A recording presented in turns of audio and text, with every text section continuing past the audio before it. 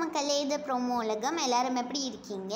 சிவாங்கி வந்து நாளைக்கு ஒரு புது லாங்குவேஜில் அவங்க புதுசாக ஒரு பாட்டு பாடி போட போகிறாங்கன்னு சொல்லி இன்ஸ்டாவில் போட்டிருக்காங்க. அதில் வந்து அவங்க சின்ன க்ளூ கூட கொடுத்துருக்காங்க.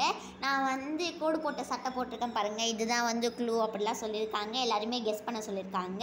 இந்த பாட்டு இப்போ வந்து ட்ரெண்டிங்காக போயிட்டுருக்கா மக்களே. நீங்கள் எல்லோரும் என்ன பாட்டுன்னு தெரியும்னா நீங்கள் வந்து கமெண்ட் செக்ஷனில் சொல்லுங்கள். ரொம்ப நாள் கழிச்சு இன்றைக்கி சிவாங்கி யாரை பார்த்துருக்காங்கன்னா வெங்கடேஷ் பட் சாரை தான்.